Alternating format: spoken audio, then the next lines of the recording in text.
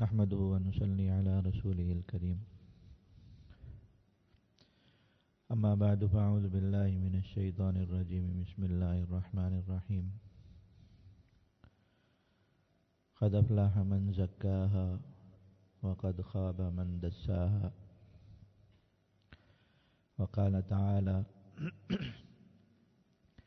قد أفلح من تزكى وذكر اسم ربه فصلى وعن أبي هريرة رضي الله تعالى عنه قال سمعت رسول الله صلى الله عليه وسلم يقرأ فألهمها فجورها وتقواها فقال اللهم آت نفسي تقواها وزكها أنت خير من زكاها أنت وليها ومولاها صدق الله مولانا العظيم وصدق رسوله النبي الكريم اللهم صل وسلم وبارك على سيدنا مولانا محمد وعلى آل سيدنا مولانا محمد كما تحب وترضى عدد ما تحب وترضى.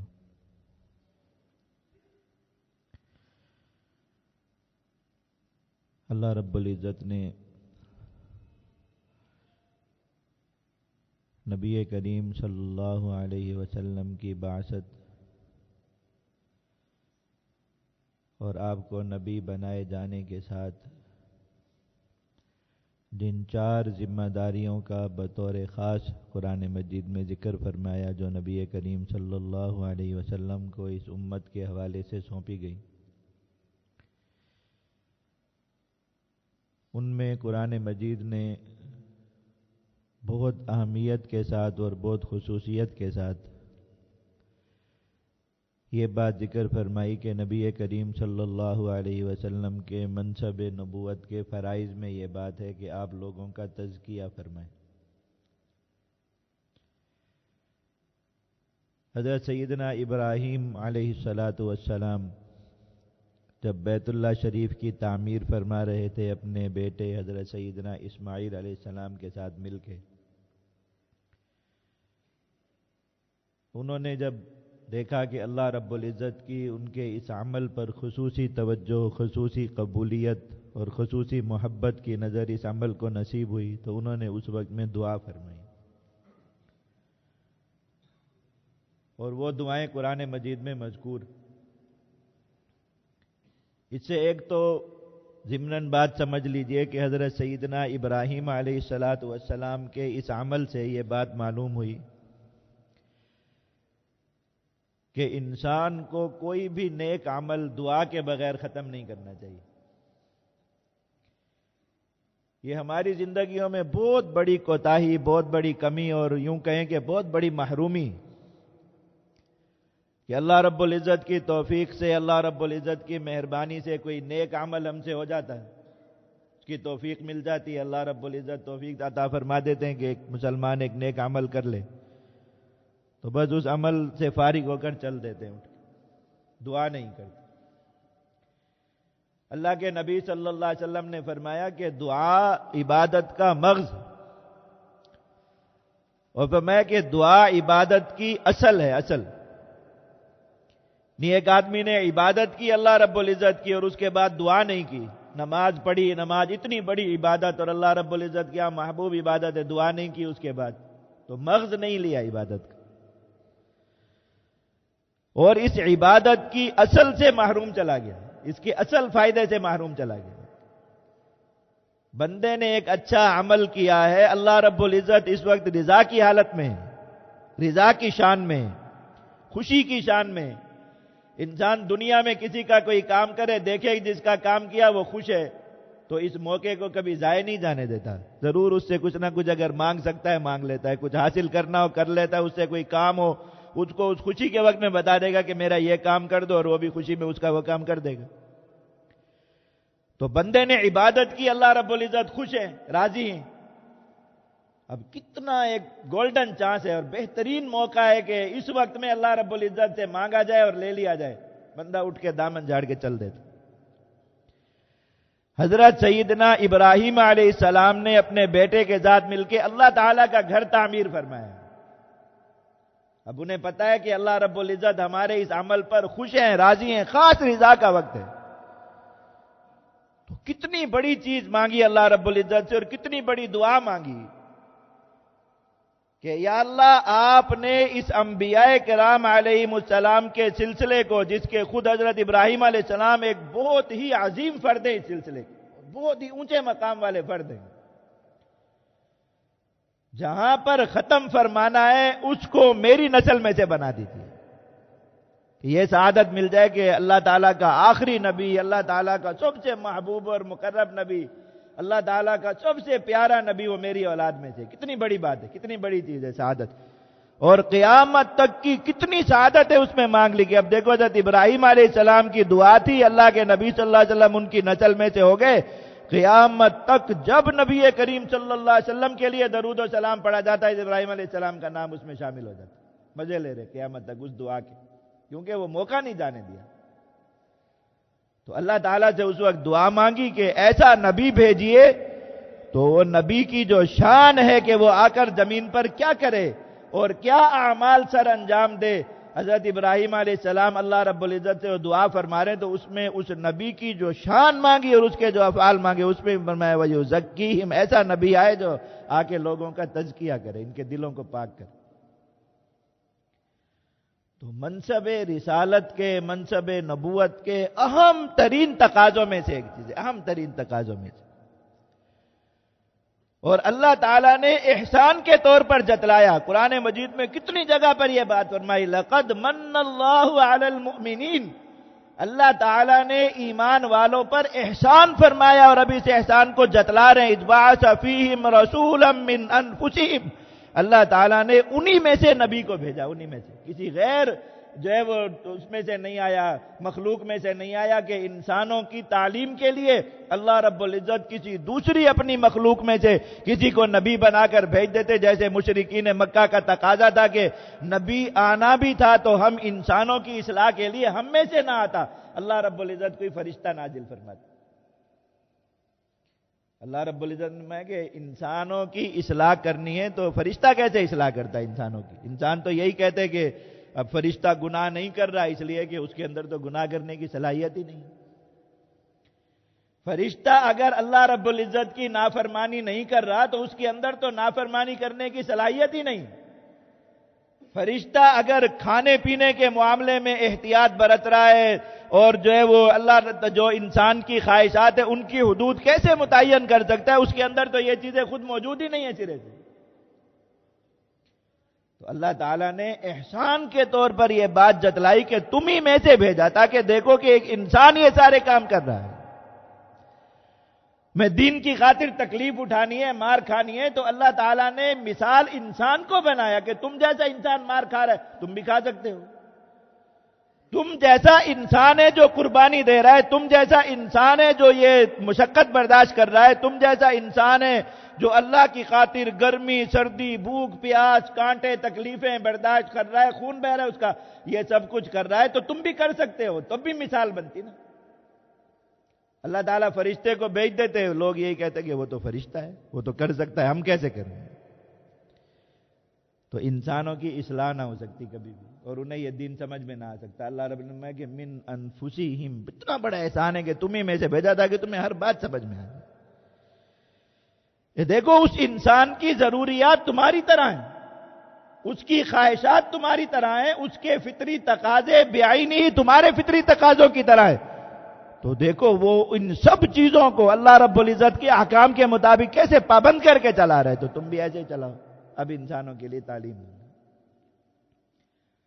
میں کہ ہم نے جو نبی دیا وہ کیا کرتے ہیں، یتلو علیہم آیاتہ، اللہ تعالیٰ کی آیات یعنی قرآن، اللہ کا پیغام بندوں تک پہنچاتے ہیں، اللہ اور بندوں کے درمیان واسطہ اور وسیلہ بن گئے ہیں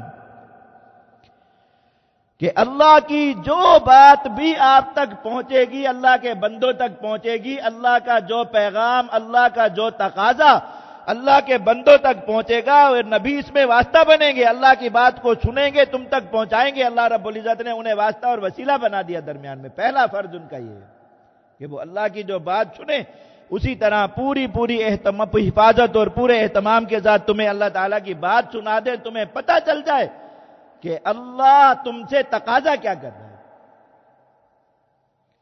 وَيُعَلِّمُهُمُ الْكِتَابَ وَالْحِکْمَةَ، اگلا کام وہ کیا کریں گے کہ اللہ تعالیٰ کا پیغام، اس میں جو بات تمہیں سمجھ میں نہیں آ رہی وہ سمجھائیں گے. اللہ تعالیٰ کی طرف سے جتنی تفصیل ہے وہ بتائیں گے. والحکمہ، اور کام کی جو بات اللہ رب العزت ان کے دل پر القاء فرمائیں گے وہ تمہیں بتائیں گے. تمہارے فائدے کی کوئی بات تم تک پہنچانے سے دریغ نہیں کریں گے. ہر بات اللہ کی طرف سے، اپنی طرف سے جو بھی جس میں تمہارا فائدہ معلوم ہو وہ پوری حرص کے ساتھ اور پورے اہتمام کے ساتھ تمہیں پہنچائیں گے. اللہ تعالیٰ نے ان کی صفت کا بیان فرمائی. حریص علیکم، ان کے دل میں تو اگر کوئی لالچ ہے یا کوئی حرص ہے اگر، وہ صرف یہ ہے کہ تمہاری بھلائی ہو جائے اور تمہاری اچھائی ہو جائے. ہر انسان اپنی ذات کا حریص، اپنی خواہشات کا حریص ہے، اپنی تمناؤں کا حریص ہے، اور حرص پر انسان کو فطرتاً پیدا کیا گیا. اللہ تعالیٰ میں دیکھو اگر ان کی کوئی حرص ہے بھی تو اپنی ذات کی نہیں ہے. علیکم، ان کی ہر حرص تمہارے لیے ہے کہ تمہاری بھلائی اور تمہارا فائدہ ہو جائے. ہر انسان اپنی ذات کے فائدے کا حریص ہے. اللہ کے نبی تمہارے فائدے کے حریص ہے. ان کو کوئی لالچ اور طمع ہے تو صرف یہی ہے کہ اللہ کی اس مخلوق کا فائدہ ہو جائے، اپنی ذات کی کوئی طمع نہیں ہے. اور اگلی چیز کیا بیان میں وَيُزَكِّيهِمْ، پاک کرتے ہیں تمہیں، پاک. یہ کتنی بڑی چیز ہے. اللہ تعالیٰ نے قرآن مجید میں کتنے احکام نازل فرمائے، تو ان احکام کے نازل فرمانے کی حکمت کیا بیان فرمائی. ذالک ازکیٰ لکم، یہ بات ہم نے اس لیے تمہیں حکم دے دیا اس کو کرنے کا کہ ایسا کرنے سے تم پاک ہو جاؤ. ذالکم ازکیٰ لکم واطہر، اللہ تعالیٰ میں نظریں جھکاؤ تو تمہارے نظریں جھکانے کا اللہ نے حکم تمہیں کیوں دیا؟ تمہارے دل پاک ہو جائیں گے. تم مال کو اپنے پاس جمع کر کر کے نہ رکھو بلکہ اللہ کے لیے خرچ کرو. یہ اللہ کے فائدے کی بات نہیں ہے. اللہ نے اس کا تمہیں حکم کس لیے دیا؟ یؤتی مالہ یتزکیٰ، جو بھی مال دیتا رہے گا اللہ کے لیے اس کا مال بھی پاک ہوتا جائے گا، اس کا دل بھی پاک ہوتا چلے گا. کتنے احکام اللہ رب العزت نازل فرما رہے ہیں، ان کی حکمت یہی بیان فرما رہے ہیں کہ یہ ہم نے اس لیے نازل فرمایا تاکہ تم پاک ہو جاؤ. تو انسانوں کی کو پاکیزگی فراہم کرنا اللہ تعالیٰ نے حضرات انبیاء کرام علیہ السلام کی بعثت کے بنیادی مقصد میں سے اس چیز کو بنایا.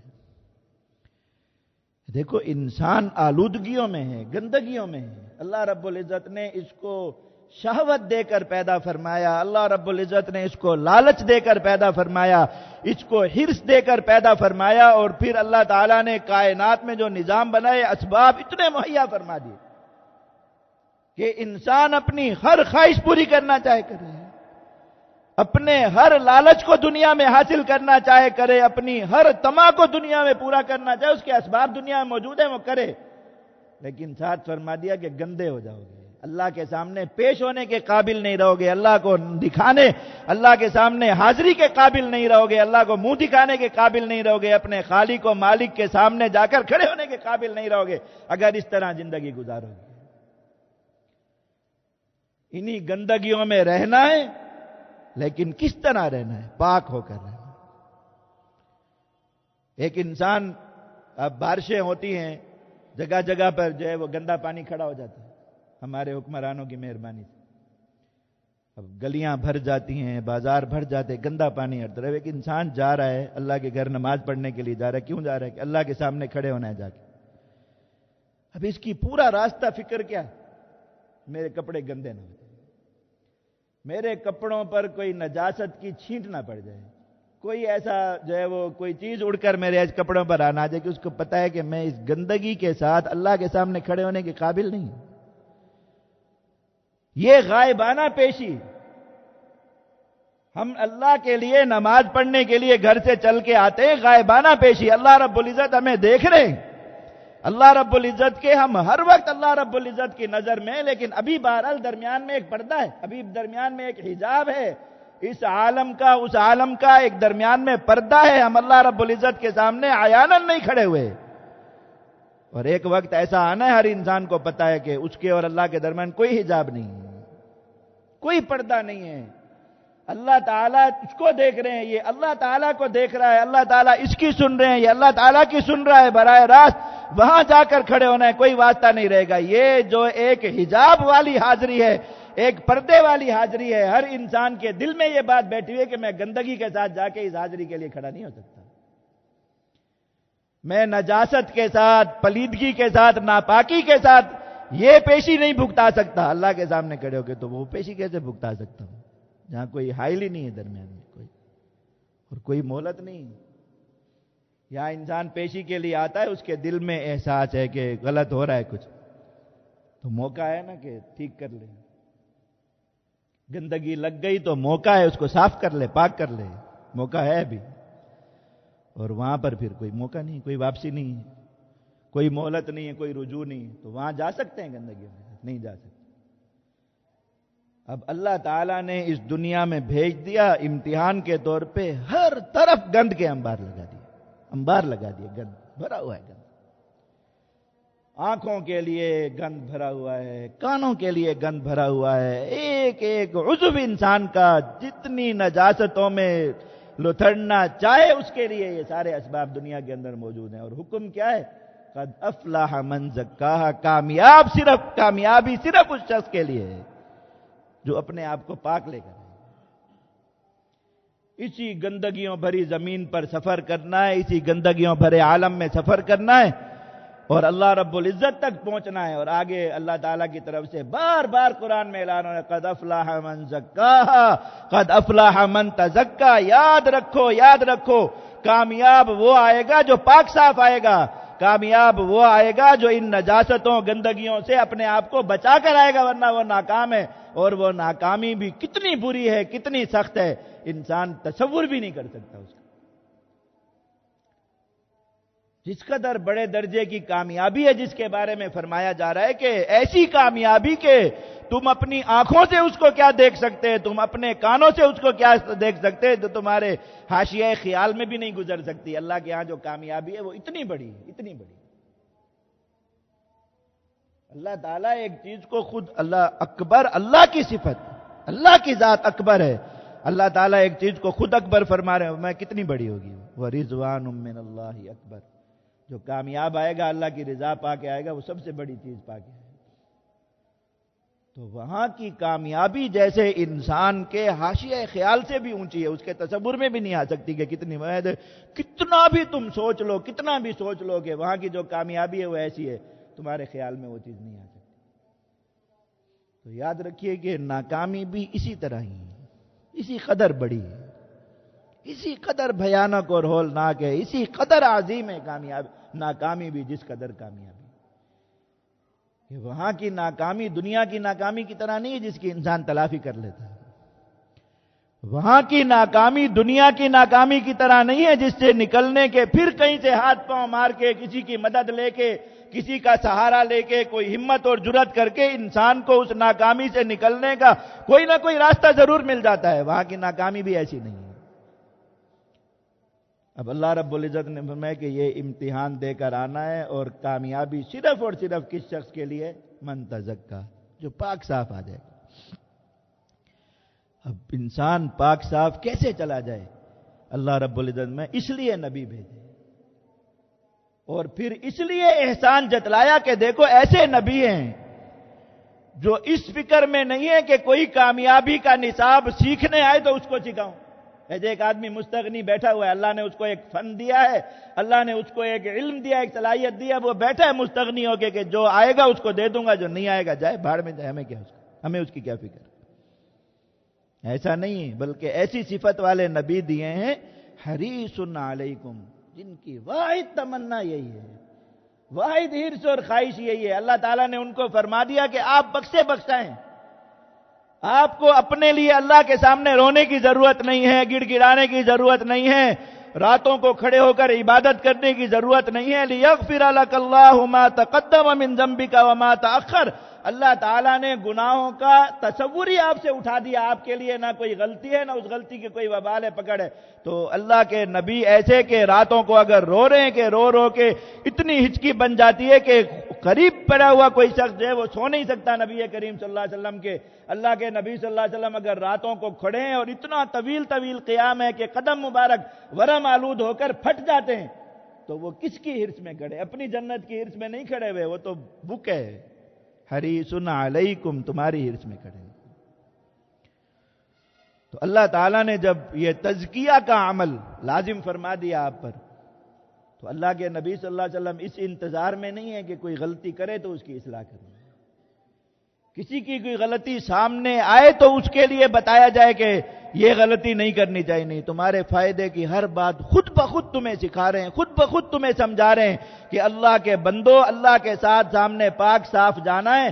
دیکھو ایک ظاہر کی پاکیزگی ہے جو اللہ رب العزت کے پاس جانا ہے، تمہارا ظاہر کیسے پاک ہو جائے اس کے لیے ایک ایک عمل اللہ کے نبی صلی اللہ علیہ وسلم خود تمہیں بتا رہے ہیں، سکھا رہے ہیں کہ دیکھو یہ کام کرو تمہارا ظاہر پاک رہے گا. اور اصل پاکی جو دل کی ہے، الا من اتى اللہ بقلب سلیم، جو اللہ کے سامنے پاک صاف سلامتی والا دل لے کر جائے گا وہی کامیاب ہوگا. تو تمہارے دل کی خرابی کیا ہے، تمہارے دل کی بیماری کیا ہے، تمہارے دل کی گندگی کیا ہے وہ بھی بتا رہے ہیں، اور اس سے پاک رہنے کا طریقہ کیا ہے. اگر کوئی گندا ہو جائے اس کے لیے پاک کرنے کا دل کو طریقہ کیا ہے، یہ ساری باتیں بھی تمہیں خود سمجھا رہے اللہ کے نبی، اور دن رات سمجھا رہے، حرص کے ساتھ سمجھا رہے کہ میری امت تک یہ ساری باتیں پہنچ جائیں. تمہارے دل میں شرک کی گندگی ہے، اللہ کے نبی صلی اللہ علیہ وسلم شرک کا ایک ایک، شرک اکبر ہو شرک اصغر ہو، ایک ایک جملہ اس کا بیان فرما کے امت کو بتا رہے ہیں اللہ کے بندو شرک مت کرنا، دل کی سب سے گندی بیماری، دل کی سب سے ناپاک کرنے والی بیماری اللہ رب العزت کی ذات میں، اللہ رب العزت کی صفات میں کسی کو شریک ٹھہرانا ہے، کسی کو اللہ جیسا سمجھنا، کسی سے اللہ جیسی امید وابستہ رکھنا، کسی سے اللہ کی طرح مانگنا، کسی سے اللہ کی طرح ڈرنا، کسی سے اللہ کی طرح لالچ اور طمع رکھنا، کسی کو اللہ کی طرح طاقت اور قدرت والا سمجھنا، یہ ساری چیزیں تمہارے دل کی وہ گندگی ہے. فرمایا جو یہ گندگی لے کر چلا گیا اس کو تو جہنم کی آگ بھی پاک نہیں کر سکتی، اس کے لیے دائماً پھر آگ میں جلنا ہے، رہنا ہے، پاک نہیں ہو سکتا.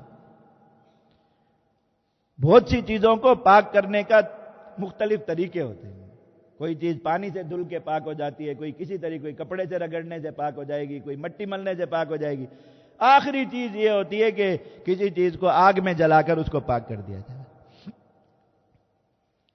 لیکن کوئی چیز ایسی ہے جس کے بارے میں پتہ ہے کہ اس کو آگ سے بھی اگر تھوڑا گرم کر کے اور کر کے نکالا جائے گا پاک نہیں ہوگی، تو اس کو پھر ہمیشہ کے لیے ہی آگ میں ڈال دیتے کہ یہ تو اب پاک ہو نہیں سکتی، تو اس کو جل جانے دیں.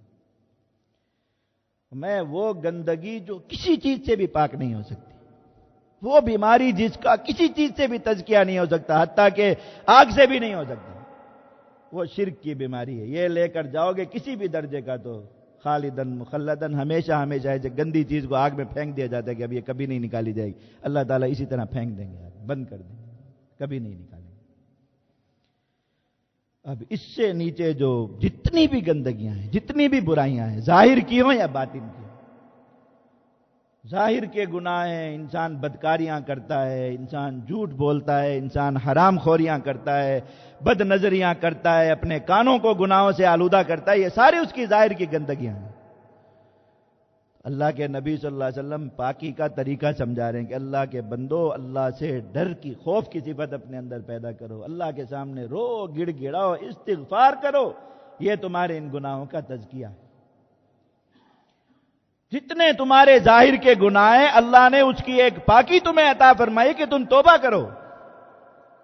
جو بھی گناہ تم سے ہو گیا، جو بھی غلطی تم سے ہو گئی، اللہ رب العزت نے یہ نہیں فرمایا کہ کامیاب وہ ہے جو اس سارے سفر کو پاکی کے ساتھ ہی طے کرے گا. نہیں، درمیان میں کہیں کہیں گرے گا انسان گندگیوں میں، آلودگیوں میں. کامیاب وہ ہے جو منزل پر جب پہنچائے تو پاک تھا.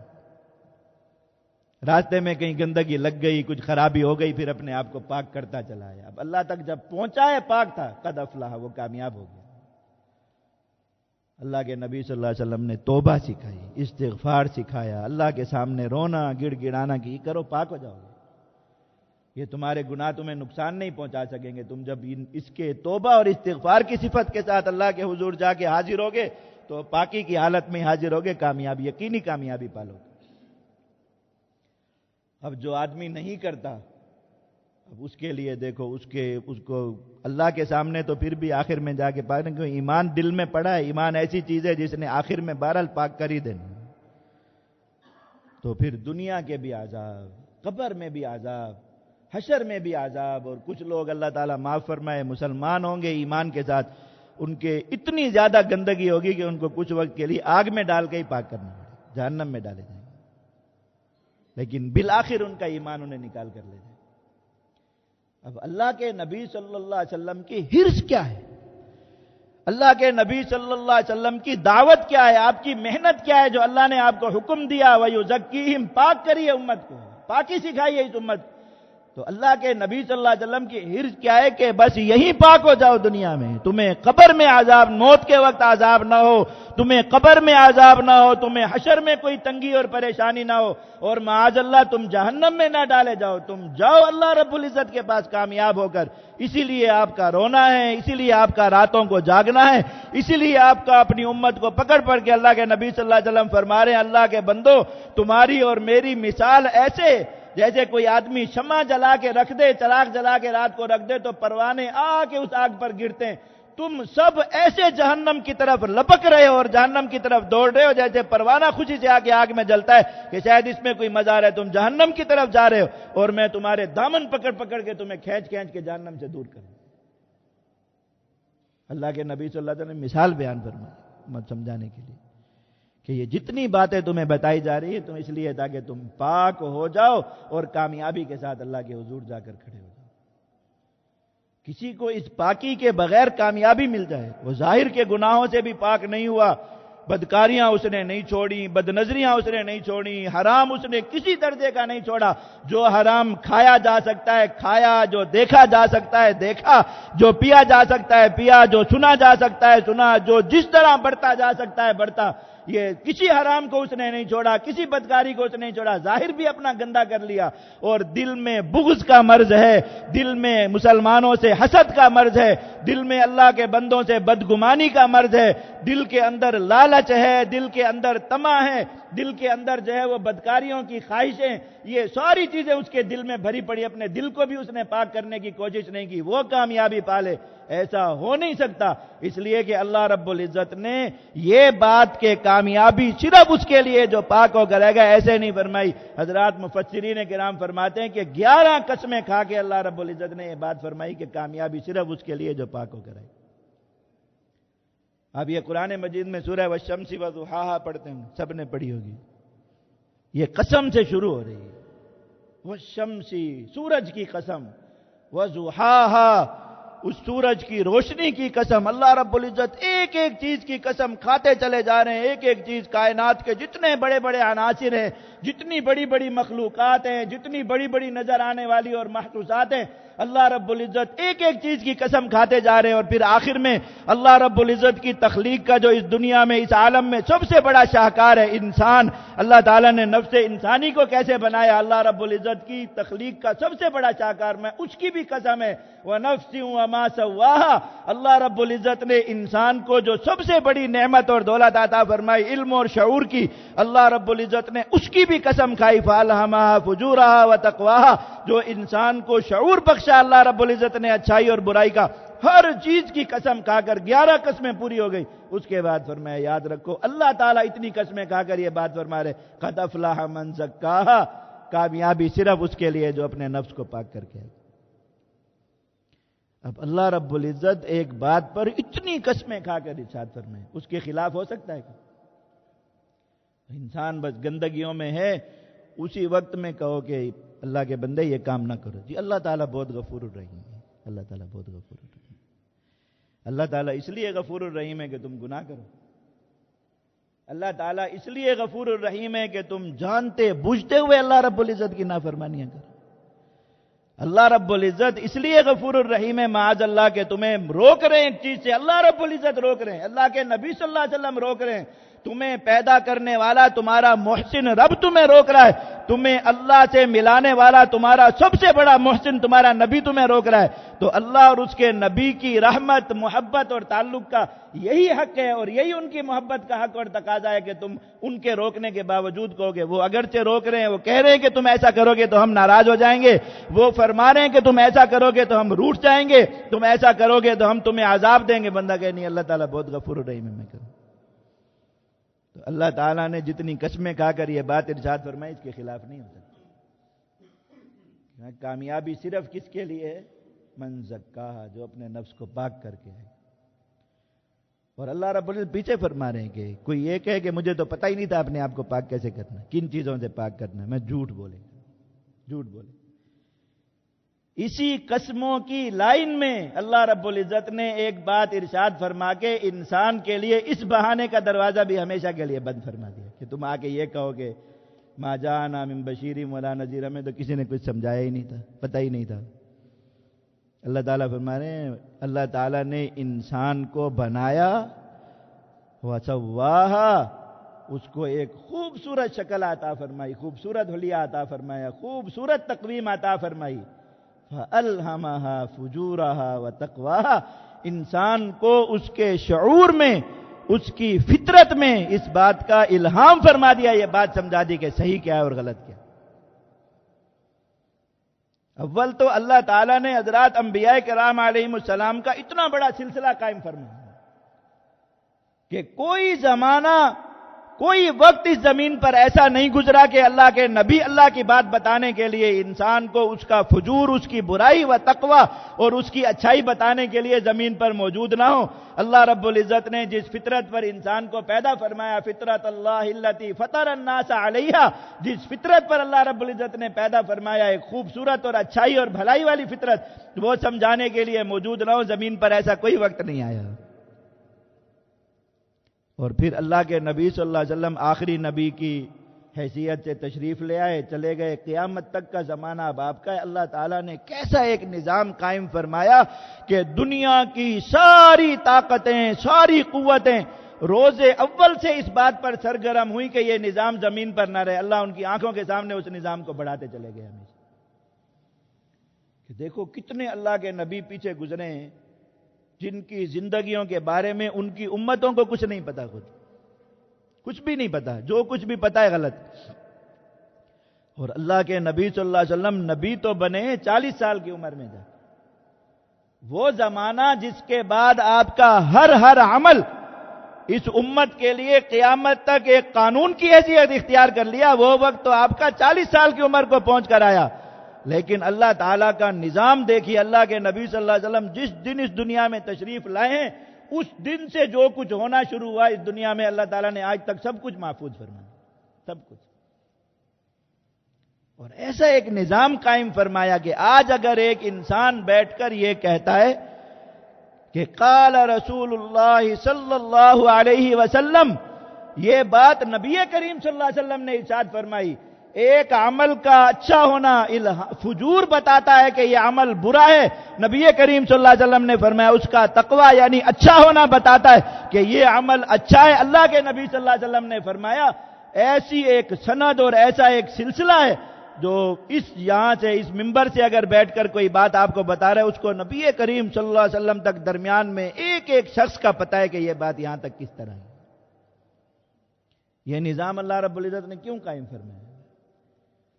اس لیے کہ اللہ کے نبی صلی اللہ علیہ وسلم کی نبوت چونکہ قیامت تک باقی ہے تو آپ کی ہر ذمہ داری بھی قیامت تک باقی ہے. اب جیسے امت کا تزکیہ آپ کی دنیا زندگی میں آپ تھے، دنیا میں موجود تھے، آپ کی ذمہ داری تھی. اب یہ قیامت تک کس کی ذمہ داری ہے؟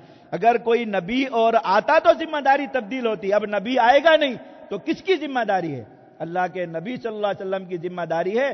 تو اللہ تعالیٰ نے نبی کریم صلی اللہ علیہ وسلم کی بات کی حفاظت کا ایسا نظام قائم فرما دیا کہ آج ایک شخص بیٹھ کر سنے ایک بات قال رسول اللہ صلی اللہ علیہ وسلم تو اسی یقین کے ساتھ اس کے کانوں میں یہ بات جاتی ہے جیسے مدینہ منورہ میں نبی کریم صلی اللہ علیہ وسلم کی زبان مبارک سے کسی نے یہ بات سنی تھی. کیونکہ درمیان میں کہیں سلسلہ ٹوٹا نہیں، درمیان میں کہیں حرف تبدیل نہیں ہوا، درمیان میں کہیں زیر زبر تبدیل نہیں ہوئی. اللہ رب العزت نے ایسا نظام قائم فرما دیا، ایسا نظام قائم فرما دیا. کتنے بڑے بڑے امتحانات لیے اس امت کے محدثین کے لوگوں نے کہ ایک ایک ہزار حدیثیں لکھ کے ان کو آپس میں خلط ملط کر کے اس کا لفظ وہاں ڈال دیا، اس کا لفظ وہاں ڈال دیا اور ان کو پیش کر دی کہ دیکھو یہ نبی کریم صلی اللہ علیہ وسلم کی حدیث ہے. نہ کتاب موجود ہے، نہ سامنے کوئی کاپی کھلی رکھی ہوئی ہے جس میں دیکھ کر بتائیں. 1000 حدیثوں کو درست کر کے اسی وقت ان کے سامنے رکھ دیا کہ دیکھو یہ جگہ پہ گڑبڑ کی. اللہ رب العزت نے ایسا نظام قائم فرمایا کیونکہ قیامت تک نبی کریم صلی اللہ علیہ وسلم کی یہ ذمہ داری. اب تو اول تو یہ نظام ہے، لیکن اگر یہ نظام نہ ہوتا تب بھی اللہ تعالیٰ کیا فرما رہے ہیں کہ الہمہا فجورہا و تقواہا. اللہ تعالیٰ نے فطرت میں، شعور میں بہت حد تک یہ بات رکھ دی ہے کہ انسان کو اچھے اور برے کا خود پتہ ہے، اچھے اور برے کا۔ دیکھو ایک آدمی شوقیہ ایک عمل کرتا ہے اور اس کی عادت ہو گئی وہ عمل کرنے کی، لیکن وہ کبھی جرأت نہیں کرتا کہ اس عمل کو لوگوں کے سامنے کرے۔ یہ بات اس کو کون منع کرتا ہے کہ یہ کام کرنا ہے لیکن لوگوں کے سامنے نہیں کرنا، چھپنا ہے؟ جو اللہ تعالیٰ نے فطرت میں یہ بات رکھی کہ برا کام ہے اس لیے اس کے لیے چھپنا ہے۔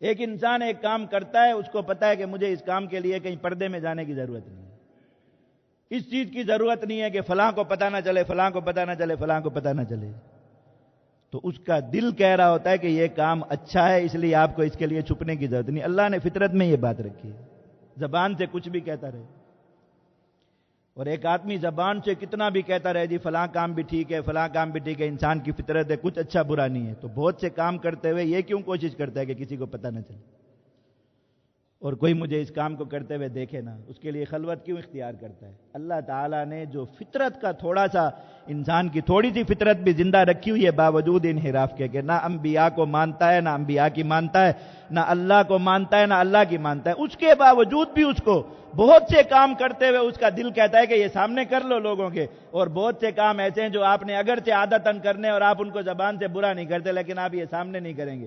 اب وہ اللہ کی تو مانتا نہیں ہے، رسول کی تو مانتا نہیں، تو یہ بات اس کو کون سمجھا رہا ہے؟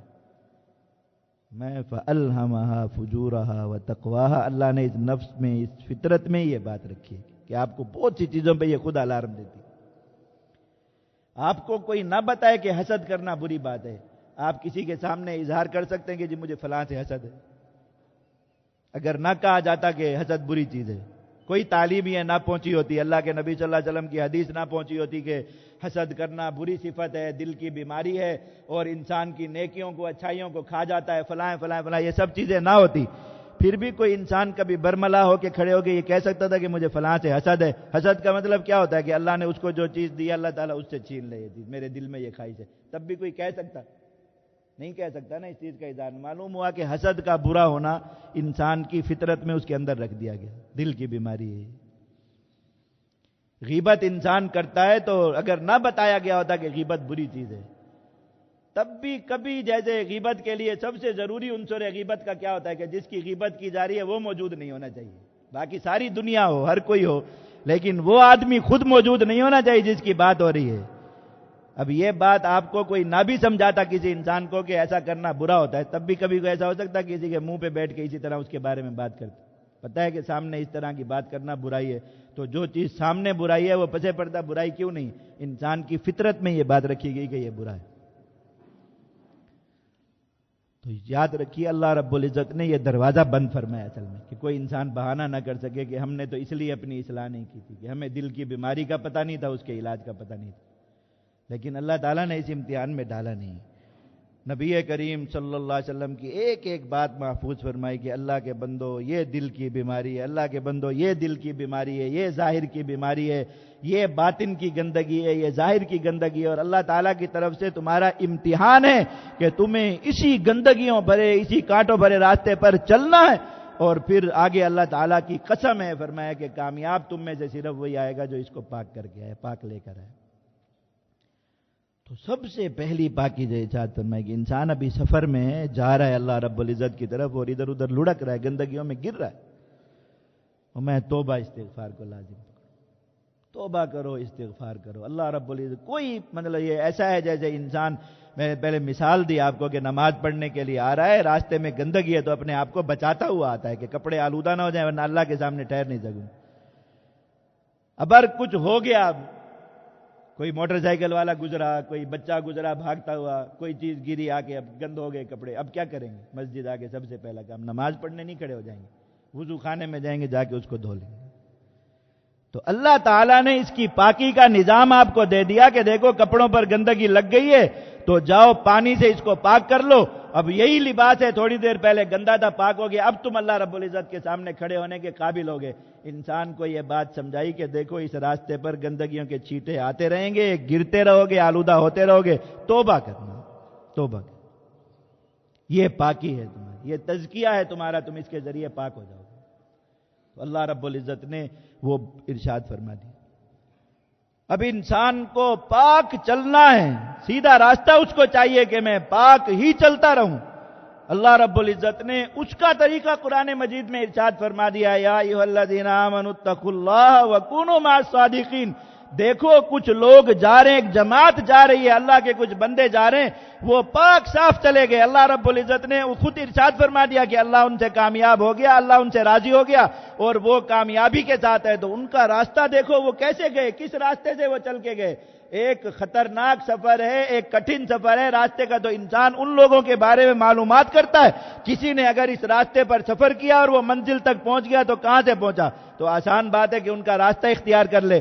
اللہ تعالیٰ نے حضرات صحابہ کرام کی جماعت کو اور پھر ہر زمانے میں ارشاد فرمایا کہ صادقین زمین پر کبھی بھی ختم نہیں ہوں گے۔ تو اگر ایسے راستے پر چلنا ہے کہ کامیابی کے ساتھ اللہ رب العزت کے ہاں پہنچو تو کونوا مع الصادقین، اچھے لوگوں کے ساتھ ہو جاؤ۔ برے لوگوں کے ساتھ جاؤ گے وہ تو خود لتڑ اتڑ کے جا رہے ہیں، وہ تو خود گندے ہوتے ہوتے جا رہے ہیں، تو وہ تمہیں اپنے راستے پر چلائیں گے، تم بھی گندے ہو کر جاؤ گے۔ وہ خود ناکام جا رہے ہیں تو تمہیں بھی ناکام لے کر جائیں گے، وہ خود پلید جا رہے ہیں وہ تمہیں بھی پلید کر کے لے کے جائیں گے، وہ خود جو ہے وہ خسران اور ذلت میں جا رہے ہیں، تمہیں بھی اسی راستے سے لے کر جائیں گے۔ دیکھو کامیابی کے راستے پر کون جا رہا ہے۔ اب دنیا اگر ان کے بارے میں کچھ برا بھی کہہ رہی ہے، دنیا ان کے بارے میں کچھ سخت بھی کہہ رہی، کچھ بھی کہہ رہی، لیکن تمہیں پتا ہے اللہ اور اس کے رسول نے بتایا کہ یہ لوگ کامیابی کے راستے پر جا رہے ہیں، تو چھوڑو دنیا کی باتیں، اللہ کے حضور کامیابی کے ساتھ جا کر کھڑے ہونا، یہی انسان کی سب سے بڑی تمنا اور سب سے بڑی آرزو ہونی چاہیے۔ تو کونوا مع الصادقین، سچے لوگوں کا راستہ اختیار کر لو، ان کے ساتھ چلو۔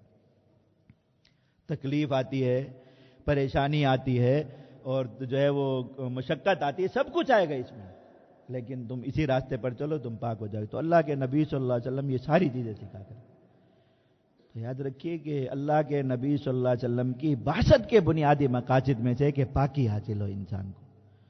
تو ظاہر کی گندگی کو انسان معلوم کرے کہ کیا کیا چیزیں ایسی ہیں جو میرے ظاہر پر اگر ہوں گی میں اللہ کے کامیاب لوگوں میں نہیں رہوں، تو ان سے اپنے آپ کو پاک کرے۔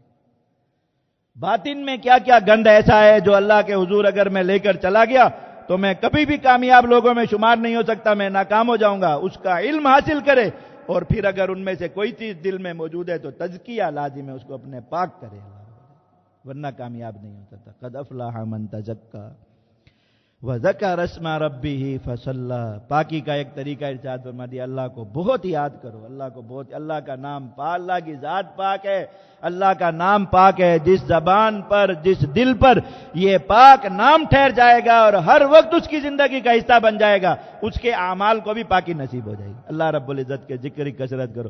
دیکھو نماز ایسی چیز ہے جس کے لیے انسان آتا ہے تو اپنے ظاہر کی پوری پاکی کا خیال کر کے آتا ہے کہ میرا لباس پاک ہو، میرا جسم پاک ہو، طہارت حاصل کر کے آتا ہے۔ تو نماز ایسا عمل ہے جس کے لیے ایک ظاہری طہارت انسان اہتمام کے ساتھ اختیار کرتا ہے۔ فصلی، نماز کو اپنا دوست بنا لو، نماز کو اپنی عادت اور نماز کو اپنا عمل بنا لو، محبت والی نماز پڑھو اور اخلاص والی نماز پڑھو، اللہ رب العزت کی حضوری والی نماز پڑھو، شوق والی نماز پڑھو، اللہ رب العزت اس کے ذریعے تمہیں پاکی نصیب فرما دیں گے۔ اللہ رب العزت نے ارشاد فرمایا الذی یؤتی مالہ یتزکا، مال انسان کو، مال خود ناپاک ہے، سب سے زیادہ ناپاک کرنے والی چیز ہے، میں اس مال کو اللہ کے لیے خرچ کرنا شروع کر دو، یہ مال خود بھی پاک ہو جائے گا اور خرچ کرنے والے کو بھی پاک کر دے گا۔ اللہ رب العزت خود طریقے ارشاد فرمائے قل للمؤمنین یغضوا من ابصارہم، اللہ کے بندو اپنی آنکھیں جھکا لو، اپنی آنکھوں کو آلودہ نہ کرو، ناپاک نہ کرو، ذالک ازکی لکم، یہ تمہیں تمہارے رب کے ہاں پاک صاف کر کے لے جائے گا۔ اللہ تعالیٰ خود سکھا رہے، سمجھا رہے کہ پاک صاف جانا چاہتے ہو اپنی آنکھوں کی حفاظت کرو، ان آنکھوں کو بھٹکنے سے روکو، تھوڑی دیر کے لیے یہ ایسی چیز پر پڑیں گی اللہ رب العزت کو ناراض کرنے والی، ایک لمحے کی لذت ہے، اس کے بعد یہ لذت بھی ختم ہو جائے گی، اس کا احساس بھی ختم ہو جائے گا، لیکن یہ ناپاکی دل پر اثر کرتی چلی جائے گی، کرتی چلی جائے گی۔ اللہ کے نبی صلی اللہ علیہ وسلم نے فرمایا کہ نظر شیطان کے تیروں میں سب سے برا تیر ہے جو انسان کے دل کو ناپاک کر دیتا ہے، ایک ایک نقطے کی طرح انسان کے دل پر کالے داغ لگنا شروع ہوتے ہیں اس بد نظری کی وجہ سے، اور میں ایک وقت ایسا آتا ہے کہ سارا کا سارا دل ہی سیاہ ہو جاتا ہے انسان کا بالکل، اور اس طرح سیاہ ہو جاتا ہے کہ اس کے اندر حق کی اور خیر کی بات اترتی نہیں۔ تو اللہ رب العزت آنکھوں کی پاکی کا حکم فرما رہے تو اس کا فائدہ کیا بیان فرما رہے، ذالک ازکی لکم، یہ تمہیں پاک کر کے تمہارے رب کے پاس لے جائے، اور اللہ رب العزت یہ سب کچھ سکھا رہے ہیں تو کیوں؟ اللہ رب العزت خود یہ چاہتے کہ بندہ پاک ہو گیا. اللہ رب العزت یہ نہیں چاہتے کہ اس بندے کو آگ میں ڈال کے پاک کرنا پڑے. اللہ رب العزت نہیں چاہتے کہ اس بندے کو قبر میں جلا جلا کے اور عذاب دے دے کر پاک کرنا پڑے.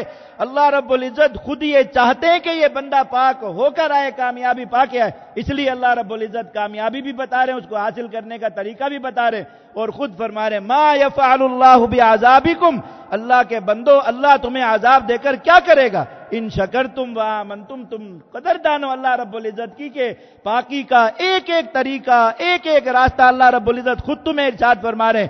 اور یہ فرما رہے ہیں کہ تم کتنے بھی ناپاک ہو جاؤ دنیا میں, ایک ندامت کا آنسو, ایک سچی توبہ تمہاری ساری زندگی کے گناہوں سے تمہیں ایسے لمحہ بھر میں پاک کر دے میں جیسے ابھی ماں کے پیٹ سے انسان پیدا ہوا اور اس کی کوئی غلطی نہیں. اس کے باوجود تم کیا کر رہے ہو, اللہ رب العزت کی ناقدری کر رہے ہو. اس کے باوجود تم کیا کر رہے ہو کہ اللہ رب العزت کی بات نہیں مان رہے. تو پھر اللہ رب العزت اگر عذاب دے رہے ہیں کسی کو تو یہ اللہ کی طرف سے ظلم ہے, یہ ظلم نہیں, عین انصاف, عین انصاف. لیکن اللہ رب العزت ایسا چاہتے ہوں یہ بات نہیں. ما یفعل اللہ بعذابکم, خود فرمانے کہ اللہ تمہیں عذاب دے کر کیا کرے. تو پاکی اختیار کرو, اللہ کے حضور پاک جانے کی فکر کرو. اللہ تعالیٰ نے قسم کھا کر ایک بات فرما دی, قد افلح, پاک پکی کامیابی, ٹھکی کامیابی اس آدمی کے لیے جو پاک صاف ہو گیا. لیکن انسان پاک ہو کیسے, اللہ رب العزت کے فضل کے بغیر یہ بات ممکن نہیں. قرآن مجید میں خود ارشاد فرما دیا, وَلَوْلَا فَضْلُ اللَّهِ عَلَيْكُمْ وَرَحْمَتُهُ مَا زَكَى مِنْكُمْ مِنْ أَحَدٍ أَبَدًا. اللہ کا فضل نہ ہو, اللہ کی رحمت نہ ہو, تم میں سے کوئی آدمی بھی پاک صاف اللہ رب العزت کے حضور حاضر نہیں ہو سکتا. اس لیے کہ انسان کا نفس کمزور ہے, انسان کمزور ہے, نفس اور شیطان ہر وقت اس کو ناپاک کرنے کی فکر میں. تو اللہ رب العزت کی جو ہے فضل کے بغیر, اللہ کی رحمت کے بغیر تم پاک صاف اللہ کے پاس چلے جاؤ, ایسا ممکن نہیں. تو اللہ رب العزت سے اس کے سلسلے میں مدد مانگو. حضرت سیدنا ابو ہریرہ رضی اللہ تعالیٰ عنہ ماتے میں نے نبی کریم صلی اللہ علیہ وسلم کو سنا کہ آپ قرآن مجید کی یہ آیت تلاوت فرما رہے تھے, فَأَلْهَمَهَا فُجُورَهَا وَتَقْوَاهَا قَدْ أَفْلَحَ مَنْ زَكَّاهَا, کہ اللہ تعالیٰ نے انسان کو اچھائی برائی سب بتا دی, پاکی ناپاکی سب بتا دی. اب کامیاب وہ ہے جو پاک ہو کر جائے گا. میں اللہ کے نبی صلی اللہ علیہ وسلم نے یہ آیت تلاوت فرمائی اور پھر دعا کے لیے ہاتھ رہا, میں اللہم آتی نفسی تقواہا وزکیہا انت خیر من زکاہا انت ولیہا ومولاہا. یا اللہ میرے نفس کو تقوی یعنی پاکیزگی عطا فرما دیجئے, اس کو اپنے نافرمانیوں سے بچنا نصیب فرما دیجئے. وزکیہا, آپ ہی اس کو پاک فرما دیجئے. انت خیر من زکاہا, آپ ہی بہتر ہے اس کو پاک کر سکتے, انسان کے بس کی بات نہیں. اللہ کے نبی صلی اللہ علیہ وسلم اصل میں یہ دعا امت کو تعلیم فرما رہے ہیں کہ اللہ کے بندو, اللہ سے جہاں دنیا مانگتے ہو, رزق مانگتے ہو, دنیا میں منصب اور مقام مانگتے ہو, عزت مانگتے ہو, اپنی دنیا کی ضروریات مانگتے ہو, تمہاری سب سے بڑی ضرورت یہ ہے کہ تم اللہ کے ہاں پاک صاف جاؤ تو اللہ تعالیٰ سے یہ چیز مانگو, اللہم آتی نفسی تقواہا, یا اللہ میرے نفس کو تقوی عطا فرما دیجئے. وزکیہا انت خیر من زکاہا, اسے پاک فرما دیجئے, آپ ہی اس کو پاک فرما سکتے. انت ولیہا و مولاہا, آپ ہی مددگار ہیں, آپ ہی مولا ہیں, آپ کے سوا کون بچا سکتا ہے. اللہ رب العزت سے مانگا ایک انسان نے, اللہ رب العزت کی رحمت متوجہ ہوئی, اب اس کو راستہ نصیب ہو جائے, اس راستے پر چلنا نصیب ہو جائے, وہ کامیابی کو پالے گا. تو اللہ کے نبی صلی اللہ علیہ وسلم نے سارا طریقہ, چونکہ آپ کے منصب نبوت کا تقاضا, چونکہ آپ کی ذمہ داری تھی, تو تزکیہ کا ایک ایک پہلو انسان کو بتا دیا, اس کی ضرورت بتا دی, اللہ کا پیغام پہنچا دیا, اللہ کے حکم کے مطابق اس کا طریقہ بتا دیا, اور ساتھ اللہ رب العزت سے مانگنا, اللہ رب العزت کے حضور اس کا سوال کرنا بھی سکھا دیا, الفاظ سکھا دیا کہ اللہ تعالیٰ سے اس طرح مانگتے جاؤ, ذرا ہمت کے ساتھ اپنے آپ کو پاک کرتے چلے جاؤ, تو اللہ رب العزت کے حضور کامیابی کے ساتھ جا کر کھڑے ہو جاؤ. تو جس کو بھی اللہ کے ہاں کامیابی پانی ہو, تزکیہ ایک ایسا فرض ہے شریعت کا جس کے بغیر کسی انسان کو کامیابی نہیں مل سکتی آخرت میں. اللہ رب العزت ہم سب کو ظاہر کا تزکیہ بھی نصیب فرمائے, باطن کا تزکیہ بھی نصیب فرمائے, اور ہم سب کو اعلیٰ درجے کی کامیابی اپنے ہاں نصیب فرمائے. وآخر دعوانا الحمدللہ رب العالمین.